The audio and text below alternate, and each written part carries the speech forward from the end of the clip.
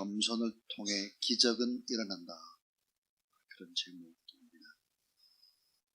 인생에 있어서 가장 소중한 것이 무엇일까? 그것은 만남입니다. 아름다운 만남이죠. 이 탁월한 능력보다 더 중요한 것은 선한 관계를 맺는 만남일 것입니다. 모든 만남보다 가장 소중한 궁극적인 만남, 꼭 만나야 되는 그런 아주 운명적인 만남, 그런 고귀한 만남이 있다면 그것은 하나님과의 만남입니다. 그래서 많은 사람과의 만남을 우리는 영어로 미팅이다 그러는데, 하나님과의 궁극적인 만남을 미팅이라 하지 않습니다. 영어로 보면 encounter, 그렇죠. E-N-C-O-U-N-T-E-R, 극적인 만남, 운명적인 만남, 섭리적인 만남. 오늘 성경 본문에도 아주 궁극적인 만남, 또 섭리적인 만남, 이런 아름다운 만남이 이루어지고 있습니다. 너무나 행복한, 가슴 뛰는 만남입니다. 이 고통스러운 잘못된 만남은 불행을 초래하죠.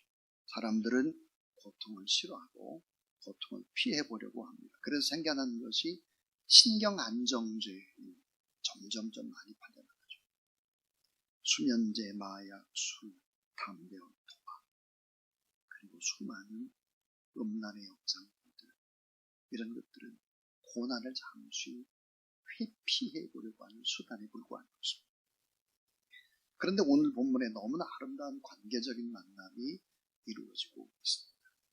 누가복음 7장에 나오는 사람은 로마의 군인 백부장입니다.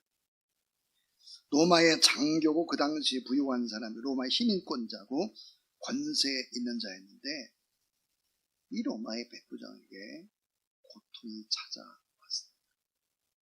누가복음 7장 2절에 보니까 어떤 백부장의 사랑하는 종이 병들어 죽게 되었더니 그랬습니다. 자, 사랑하는 종이 병들어 죽게 됐다.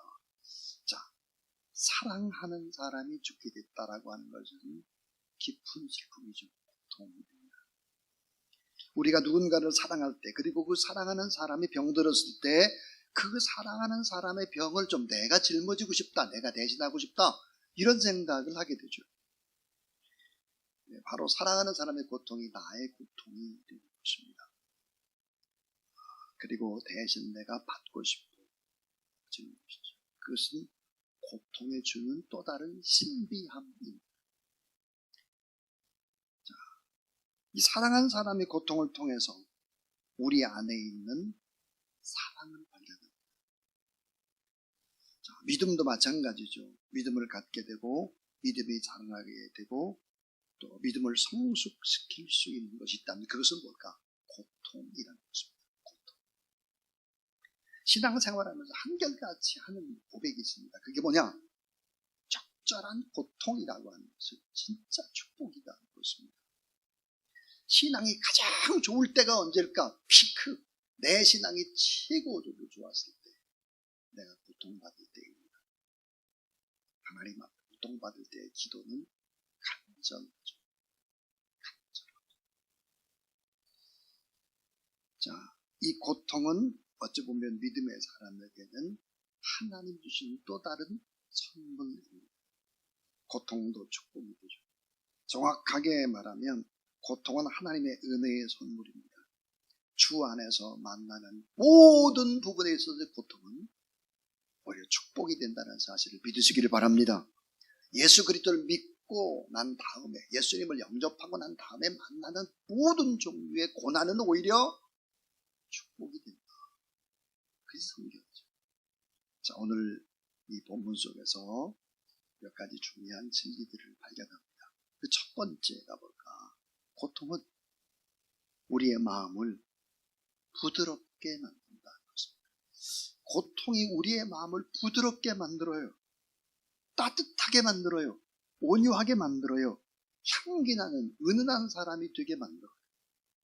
왜 그럴까요? 이 고통은 주님께 더 가까이 나가도록 고통이 우리를 도와줍니다.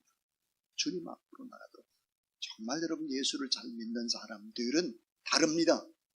고통을 받을 때 하나님 앞에 나오게 되어 있습니다. 이 백부장이 예수님께 관심을 갖게 된 것은 무엇 때문일까? 고통 때문입니다. 너무나 사랑하는 종이 병들었기 때문에 결국은 주님을 찾게 되는 것이죠. 누가복음 7장 3절에 보면 예수의 소문을 듣고 유대의 장로 몇을 보내 오셔서 그 종을 구원하여 주시기를 청한지라 그랬습니다. 백부장은 상당한 위치라고 했습니다. 돈도 있고 권력도 있고 그 수하에 부하들만 100명이 있고 로마의 시민권자고 권세 있는 자였습니다. 그런데 이 모든 것들을 다 동원한다고 할지라도 자기가 너무너무 사랑하는 그 사람을 고칠 수는 없었죠. 자, 이 육체적인 한계, 이성의 한계를 가지고 있었어요. 고통의 또 다른 이름이 뭘까? 축복입니다. 고통의 또 다른 이름이 축복. 왜냐하면 고통은 우리의 마음을 부드럽게 만들 뿐만 아니라 우리의 교만을 꺾어버립니다. 그리고 고난을 통해서 연단을 받기 시작을 하고 하나님 앞에 더 가까이 나아가도록 만드는 것이 바로 고통이기 때문입니다. 시편 119편 67절에 고난당하기 전에는 내가 그릇 행하였더니 따라하세요. 이제는 주의 말씀을 지킨나이다. 그리고 이런 고백을 합니다. 고난당한 것이 내게 유익이라. 이로 인하여 내가 주의 율례를 배우게 되었나이다. 그랬습니다. 자, 고난 중에 하나님의 말씀을 붙잡았던 이 다윗은 고난 중에 주의 법이 즐거움이 되었나이다. 이렇게 고백을 합니다. 자, 주의 법이 나의 즐거움이 되지 아니하였더라면 내가 내 고난 중에 멸망하였으리라. 그러니까 이 고통이라고 하는 것이 뭘까? 우리의 마음을 부드럽게 만들 뿐만 아니라 이 고통 때문에 더 주님 앞에 가까이 나아갈 수 있도록 만든다. 그래서 예수를 믿는 사람에게 있어서 고통이라고 하는 것은 오히려 축복이고 그리고 변장하고 찾아오는 축복이다. 이렇게 말할 수 있습니다. 두 번째입니다. 이 고통은 우리를 겸손하게 만드는 귀한 스승입니다. 고통이 뭘까? 우리를 겸손하게 만드는 귀한 스승입니다. 여러분, 겸손하고 온유한 사람들을 만나보셨습니까? 그들은 항상 그들의 언어 속에서, 삶 속에서 온유함이 묻어나오는데 그것은 고난의 시절을 그만큼 많이 겪어냈기 때문입니다. 말씀으로, 믿음으로 겪어낸 것이죠. 자, 오늘 본문의 백부장이 예수님을 찾아왔다는 이 의미는 뭘까? 그가 낮아졌다는 뜻입니다. 그가 겸손해졌음을 의미합니다. 로마의 군인이 속국인 유대인 장로에게 도움을 요청했고 유대인 장로들은 예수님께 도움을 청하고 있다는 것이죠. 이 고통스러운 문제를 해결하는 가장 좋은 방법은 뭘까? 겸손하게 자기 자신의 문제를 인정하는 것입니다. 자기를 낮추고 주변의 사람들에게 주님의 기도를 부탁하는 것이죠. 자, 이 겸손은 자신의 한계를 알게 하는 것입니다. 그리고 귀중한 교훈을 깨닫게 하는 것이죠. 그러니까 따라하세요. 겸손은 하나님의 축복을 담는 그릇이다. 예, 겸손은 하나님의 축복을 담는 그릇입니다. 겸손할 때 하나님의 축복을 받는 그릇이 점점 어때요? 커지는 것이죠. 겸손은 우리가 아침마다 일어나서 옷을 선택해서 입듯이 날마다 선택해서 입어야 될 성품의 옷이 바로 겸손입니다. 히브리서 5장 8절 말씀, 참 이 말씀을 대할 때마다 깊이 생각하는 말씀이죠. 그가 아들이시라도, 하나님의 아들 예수 그리스도를 말하죠. 그가 아들이시더라도 받으신 고난으로 순종함을 배웠다. 그래서 고난받는 자를 등히 도우실 수 있다는 것이에요. 우리가 고난을 받은 예수님이 다 당해봤기 때문에 우리를 충분히 잘 도우실 수 있다. 이 겸손은 하나님의 축복을 끌어오는 자석과 같습니다. 하나님은 겸손한 자에게 은혜를 베풀죠. 겸손한 자를 존귀하게 여기죠. 겸손한 자에게 지혜를 주시고 겸손한 자에게 평강을 주시고 중요한 자리를 맡긴다 하는 것입니다. 사랑하는 여러분, 우리를 비참하게 만드는 것은 고통이 아닙니다. 결코 고통이 아닙니다. 우리를 비참하게 만드는 것은 오히려 고통을 망각하게 하는 번영일 것입니다. 자, 왜 그렇게 부유한 나라가 세계에서 자살률이 가장 높을까? 우리나라. 우리를 비참하게 만드는 것은 무엇일까? 가난이 아닙니다.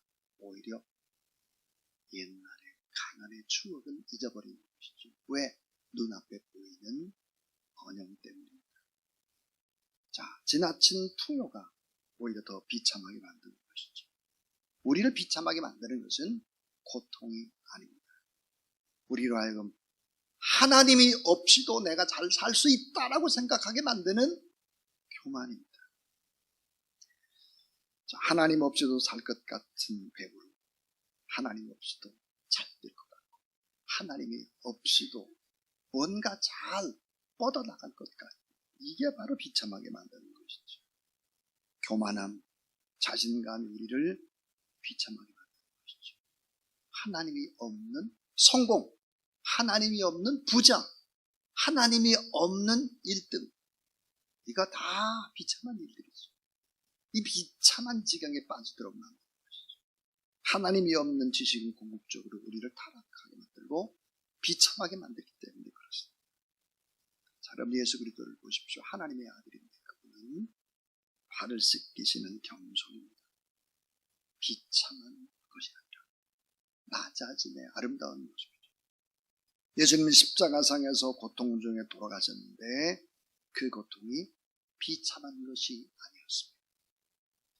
예수 그리스도의 자기 비하는 오히려 주님을 영화롭게 만들고 영광스럽게 만들었죠. 남을 섬기는 것이 비참이 되는 것이 아닙니다. 오히려 남을 섬기고 자신을 낮출 때 하나님 앞에 영광이 되고 수없는 섬김과 희생이 행복을 주고 자유를 주고 은총을 줄 수 있다. 그래서 성경이 뭐라고 말하나? 잠언 22장 4절에 겸손과 여호와를 경외하는 보응이 재물과 영광과 생명이다. 그랬습니다. 자, 오늘 우리를 겸손하게 만드는 귀한 스승. 그것은 바로 뭘까? 고통이라고 하는 것입니다. 그런데 오늘 이제 마지막 세 번째 가장 중요한 이야기. 자, 겸손한 믿음을 통해서 예수님은 기적을 창조한다는 겸손한 믿음.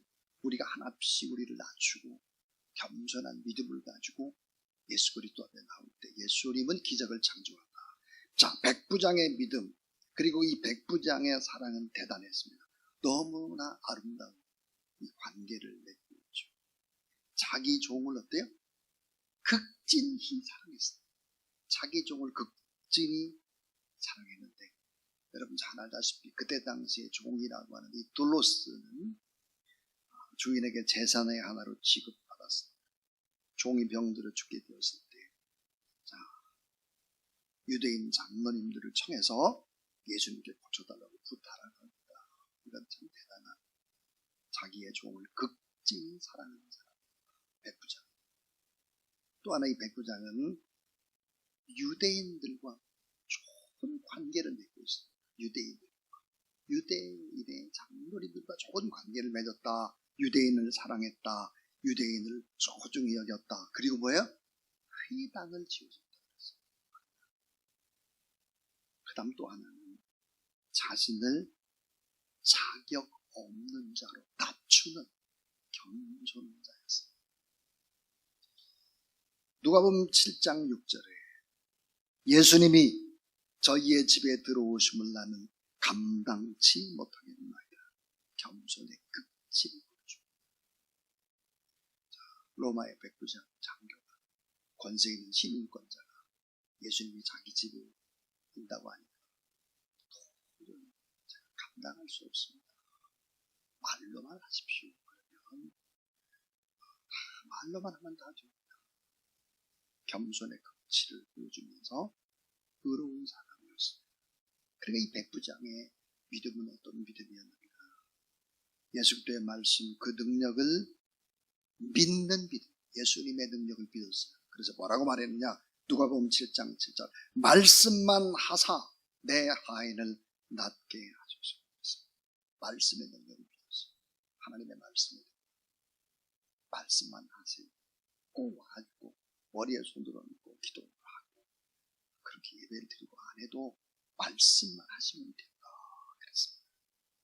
시간을 초월하고 공간을 초월하고 역사를 초월하시는 하나님의 말씀을 믿는 그런 여러분 되길 주의 이름으로 축원합니다. 또 하나 이 겸손한 백부장의 믿음 볼까? 예수 그리스도의 권세를 인정하는 믿음입니다. 권세를 인정해요. 예수님의 권세가 백부장이나 천부장과 비교할 수 없는 권세를 가졌다고 하는 확신을 가지고 있어요. 누가복음 7장 8절이죠. 자, 마지막 오늘 말씀에 누가복음 7장 10절 보내었던 사람들이 집으로 돌아가 보매 종이 강건하여졌더라 그랬습니다. 이 겸손한 믿음은 결국 기적을 일으켰습니다. 자, 이제 결론은 이것입니다. 이 백부장이 이런 믿음을 가졌기 때문에 결국은 종이 치유됐죠. 종이 축복을 받습니다. 의로운 행위나 선행 때문이 아니었습니다. 믿음 때문이었습니다. 그런데 이 백부장을 보고 예수님께서 뭐라고 말씀하셨는가? 누가복음 7장 9절입니다. 내가 너희에게 이르노니 이스라엘 중에서도 이만한 믿음은 만나보지 못하였노라 하시더라. 최고의 칭찬을 받았습니다. 최고의 칭찬. 자, 예수님의 말씀, 그 말씀의 능력을 그대로 믿고 예수님의 이름으로 이 밤에 기도하는 여러분 되길 바랍니다. 예수님의 권세를 다 인정하십시오. 그 권세를 인정하고 예수님의 말씀을 붙잡고 하나님 앞에 기도하라. 겸손한 믿음은 결국은 기적을 일으킬 것이다 라고 하는 것입니다. 오늘도 여러분 하나님 앞에 이런 겸손한 백부장같이 이만한 믿음은 내가 만나보지 못했다. 이렇게 칭찬을 받는 믿음이 있는 기적을 경험하는 여러분 되기를 주님의 이름으로 축원합니다.